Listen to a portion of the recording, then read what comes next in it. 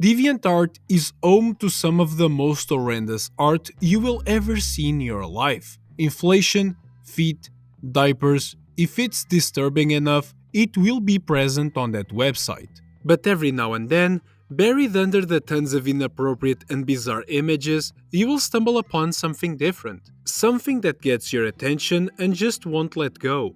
It's the kind of thing that feels almost out of place on DeviantArt. Well drawn, thoughtfully written, and unsettling in a way that lingers long after you've scrolled past. A rare anomaly in the shithole that DeviantArt is. You probably don't know what I'm talking about, and I know that this introduction makes me sound like a crackhead who approaches you on the street. I'm talking about the comic It's Not Your Fault, a fan comic based on the Nickelodeon show The Loud House. The Loud House is one of those shows made for kids and teenagers, but for some unknown reason, it attracts older audiences, much like My Little Pony and Bluey. And when a show picks up a lot of older fans, things tend to get weird. Sometimes you find cool stuff like fan animations, interesting theories, and genuinely impressive artwork. But other times you end up with things that make you stop and go, why the fuck does this exist? The older and bigger the fandom, the more likely you are to stumble across something unsettling, and that is exactly what happened to me. Recently, I've started browsing more on DeviantArt, mainly to gain ideas for thumbnails, videos, and such things. But during one of these scroll sessions, I stumbled across It's Not Your Fault by I'm not even sure how to pronounce this. At first, I wasn't sure what I was looking at. The art was way better than what I usually expect from a Loud House fan comic. It almost looks like something the actual creators of the show would make. This kind of quality felt out of place on a site notorious for its, other kinds of content. But the more I read, the more I realized this wasn't just some random fan project. It had weight, it had emotion, and most of all, it had something deeply unsettling about it. So let's break this thing down and talk about what makes It's Not Your Fault such a unique and honestly kind of disturbing comic. But before we dive into it, I've got to give a quick warning. The content mentioned in today's video deals with some heavy and potentially disturbing themes, so viewer discretion is advised.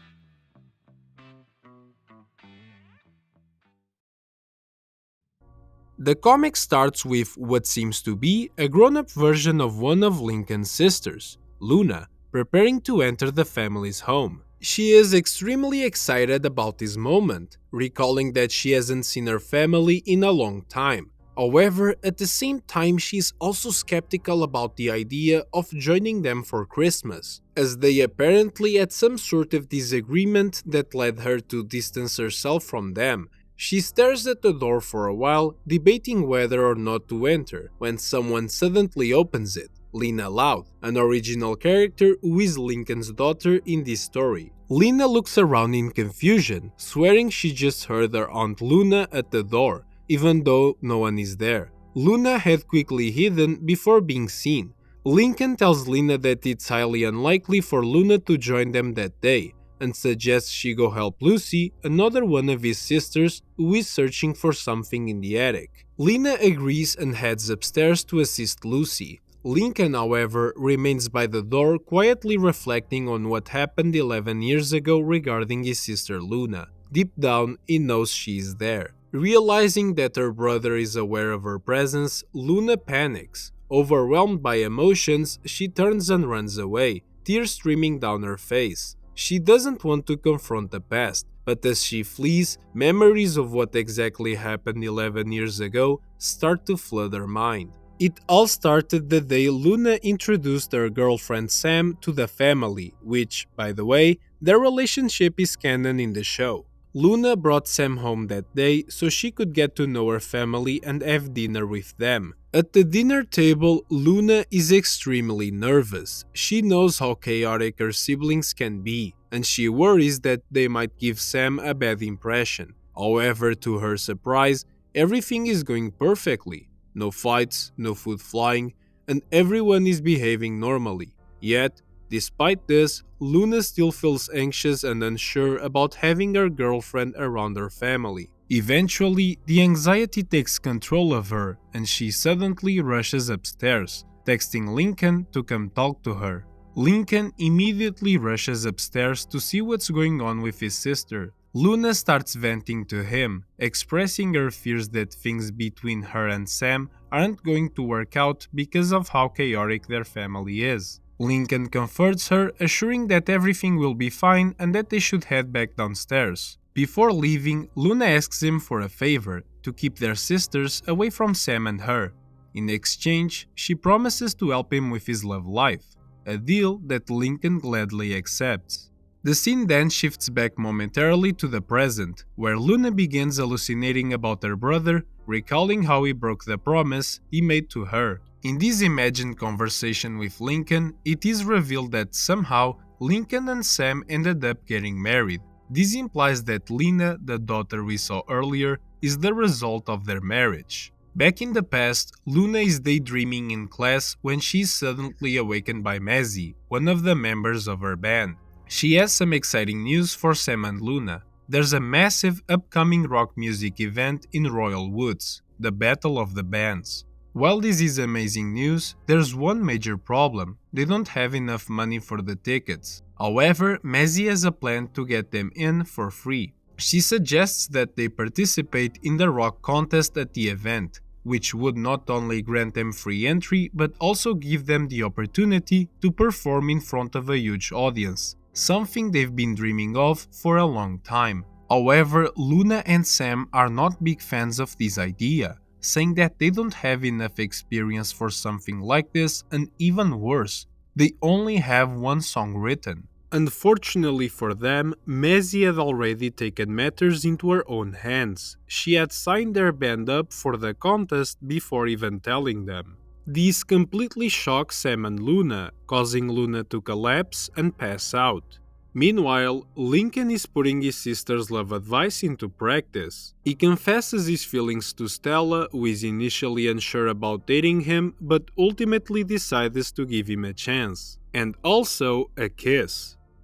All of this is seen by Lincoln's friend group, who are upset that Lincoln didn't tell them earlier about his confession. Still, they're happy for him, except for Rusty, who is secretly resentful because he had feelings for Stella himself. He will be the villain of this story and the reason why everything starts to fall apart for both Luna and Lincoln from this point on. Yeah, it's pretty wild to think that a mostly relevant character from the show ends up playing such a major role in this comic.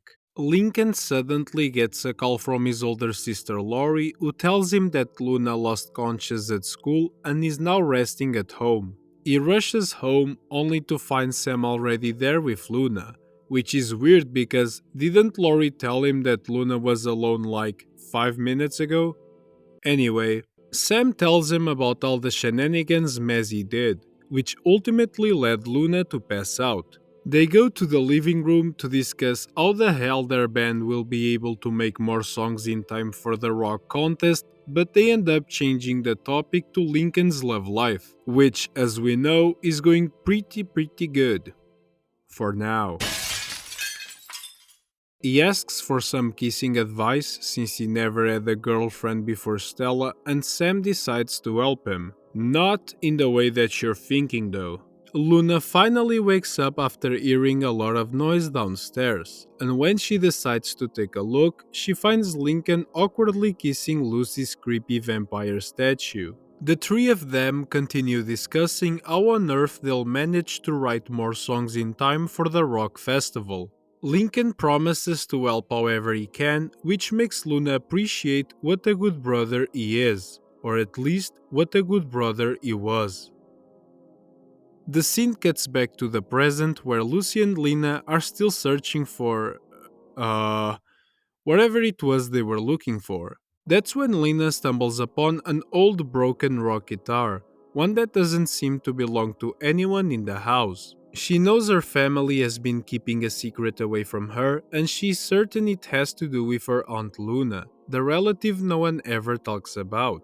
Lena is tired of not knowing the truth, tired of not knowing why Luna left when she was born and never came back. Lucy, on the other hand, made a promise to Lincoln, A promise to never tell Lena what really happened 11 years ago, the reason Lena was born, and the reason Luna left. But when Lena holds Lucy's precious vampire statue hostage, she starts talking immediately. In the meantime, Luna is revisiting some of her old memories as she visits her former school, the same one her friends, sisters, brother, and ex-girlfriend used to attend as well. She's still having visions of her brother talking to her, and through their conversation, she recalls a memory buried deep in her mind. The day she broke Sam's trust by bringing up the one thing that Sam had always asked her to never mention. The festival was only a few days away, yet Luna and her band hadn't even finished writing the lyrics for their second song. This stressed Luna out completely, and things only got worse when a soaking wet Mazzy burst in, insisting they go practice in the music room. Luna refused. She was determined to finish writing the song since time was running out, but Mazzy kept pushing, which led to a heated argument between them. Sam, trying to de-escalate the situation, suggests that they all could practice later at Luna's house. But instead of calming down, Luna turned her frustration towards her. She began insinuating that the real reason Sam wanted to go to her house was to see Lincoln because she was in love with him. Lately, Sam had spent a lot of time with Lincoln, and even taught him how to kiss a girl.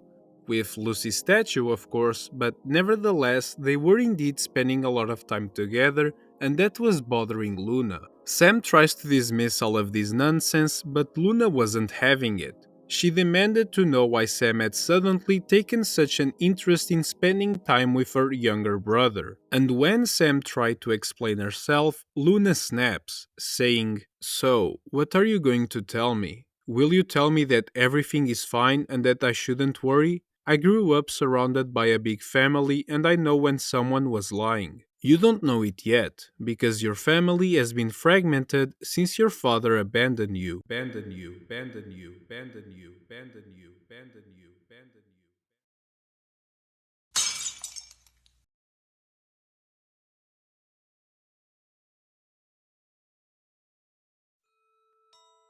This was the secret Sam had begged Luna to never mention. Her father had left her family when she was very young, a trauma that Sam had never been able to overcome. But Luna, blinded by rage, crossed the line. Sam takes off running. She doesn't know where she is going. She just knows she can't hear another word from Luna. She eventually stops at the bench outside, trying to catch her breath, when Lincoln suddenly stumbles upon her. Completely confused, he offers to walk her home, but she refuses, saying it would only bring back bad memories. So instead, Lincoln walks her to his house. When they arrive, she can't bring herself to tell him what really happened. She's still too shaken by Luna's words, so she just tells him it's something she needs to work out alone with Luna. Lincoln gets it and recommends she take a shower and change into some dry clothes since she's soaked from the rain. Sam takes the bath, and since Luna isn't picking up the phone, she and Lincoln find ways to entertain themselves while they wait for her to come home, mostly by cooking something in the kitchen, or at least trying to. While messing around, Lincoln notices some peculiar marks on Sam's arms. Marks that look like cuts. And this is where Sam's tragic past is revealed. After her father left, her mother started drinking heavily, and her brother isolated himself from everyone else. With no one to really talk to, Sam sadly turned to self-harm as a way to cope. And this is also why she liked spending time with Lincoln. Being around him reminded her of the times she used to spend with her own brother, back when her father was still there. Those moments with Lincoln were like reliving the past, the good memories that helped her forget how broken her family truly was. Meanwhile, Rusty is still mad that Lincoln took Stella from him. What does Lincoln have that he doesn't? I mean, just look at him. He's basically the perfect man. On the way home, he decides he has to do something about it. There's no way he's letting Lincoln just take the girl of his dreams without a fight. So, this genius comes up with a plan. sneak into Lincoln's house, break into his room, steal his diary, and find something that could make Stella dump him. As he gets closer to the house and peeks inside, he's shocked to see Sam dancing with Lincoln in the living room. This opportunity was too good to go to waste. He needs to take a picture of them together and send it immediately to Stella. Seeing her boyfriend with another girl was definitely going to make her mad.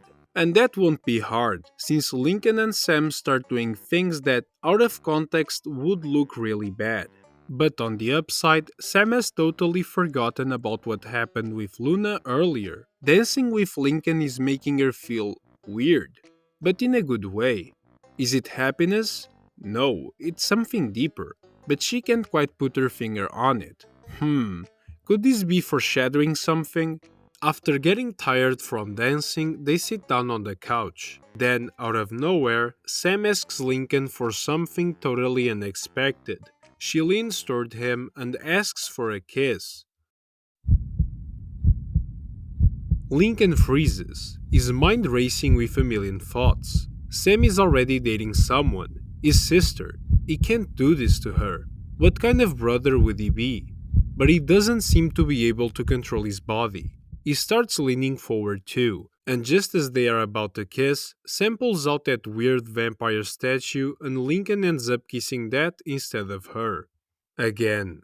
Like, at this point, he might as well just break up with Stella and date the statue.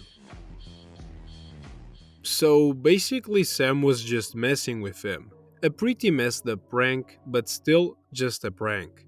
Because of this, Rusty missed his perfect opportunity to take a photo of them kissing, and now he can't be around the house anymore since Luna just arrived. Right away, Luna tries to apologize to Sam. The typical "I messed up, please forgive me" kind of apology. But everyone knows you can't just forgive what she did overnight. Luna took Sam's messed up family situation and used it to hurt her on purpose. Luna's apology attempt doesn't go as planned, leading to another big argument. However, the discussion is quickly interrupted by Mazzy. She needs to show everyone something on her phone. When Luna takes a look, she can't believe her eyes. Right in front of her is a photo of Sam kissing Lincoln. Sam is speechless. How is that even possible? And you might be confused too, because after all, Sam and Lincoln never kissed. Well, Rusty is apparently a digital design genius, because he somehow managed to edit one of the photos he took earlier to make it look like Sam kissed Lincoln. And now that photo is online for everyone to see. Filled with rage, Luna slaps Sam and collapses to her knees. She's completely devastated. She can't stop thinking, why would her brother and her girlfriend do this to her? Sadly, things didn't end there. Almost everyone at school had seen the photo, and now Sam was being harassed on a daily basis for something she didn't even do. Eventually, the bullying got so bad, she stopped going to school altogether. As for Lincoln, Stella broke up with him, and everyone at school stared at him awkwardly. But the worst part was that Luna completely stopped talking to him. Everything just seemed lost. He lost his girlfriend, his sister, and his best friend. Then one day, he got a strange message asking him to come to school alone late at night. Could this be the guy who took the photo? Or at least someone who knows him? He had to find out, even though it was risky going to school so late. But honestly, at that point, he had nothing to lose. Gathering all the courage he could, he sneaks out at night and goes to the school as the message said. He waits until someone taps him on the shoulder. Turns out it's none other than Sam. She needs to talk to him privately inside the school. That's weird, but okay, I guess? As they walk down the hallway, Lincoln starts noticing Sam's acting a little different. His suspicion is confirmed when she admits she had, quote unquote, a few beers before coming to meet him, which is already not a good sign, but it gets worse. The real question is, why does Sam want to meet up with him privately? Did she figure out who took the photo, or maybe find a way to prove it was fake? Not really actually. The real reason behind all of this is that Sam wanted to get, Intimate with Lincoln. And once Lincoln finally catches on, he tries to talk her out of it, because to him, Sam is just a friend. And also, he's just 11 years old, while Sam is 16. Yeah, Sam isn't going to escape the EDP allegations after this one. Sadly for Lincoln, there's no talking his way out of this. Sam doesn't care about finding out who took the photo, because according to her, even if they did, her life would still be miserable at home without her father there. With this, she ignores all the boundaries and does the unthinkable. You probably already know what I'm talking about. That one word that rhymes with grapes but doesn't start with a G. After the traumatic event, Lincoln completely isolated himself from everyone. He couldn't stop thinking about what Sam did to him that night. A few days later, someone finally managed to prove that the photo of Sam and Lincoln kissing was fake. Now, Luna wants to apologize to Lincoln.